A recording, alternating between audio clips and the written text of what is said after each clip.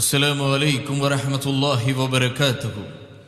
தொழுகை மறுமையிலே நமக்கு பெற்றுத்தரக்கூடிய மிக முக்கியமான ஒரு விஷயத்தை தான் அல்லாஹ்வுடைய தூதர் ஸல்லல்லாஹு அலைஹி வஸல்லம் அவர்கள் சொல்லி இருக்கின்றார்கள்.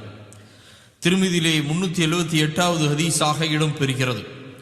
இறை தூதர் முஹம்மது நபி ஸல்லல்லாஹு அலைஹி வஸல்லம் அவர்கள் கூறினார்கள், மறுமை நாளில் ஒரு மனிதனின் செயல்களில் தொழுகையை பற்றித்தான் முதலாக விசாரிக்கப்படும். அது சரியாக அந்த மனிதனிடத்திலே இருந்துவிட்டால் அவன் வெற்றியும் ஈடேற்றமும் அடைவான்.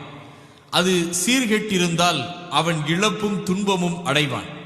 அவனது கடமைகளில் ஏதேனும் குறைகள் ஏற்பட்டால், எனது அடியானின் ஏதேனும் உபரியான தொழுகைகள் உண்டா என பாருங்கள் என்று அல்லாஹ் கூறுவான். கடமைகளில் ஏற்பட்ட குறைவு அவற்றின் மூலம் நிறைவு செய்யப்படும். ஏனைய எல்லா வணக்கங்களுக்கும் இவ்வாறே அமையும்.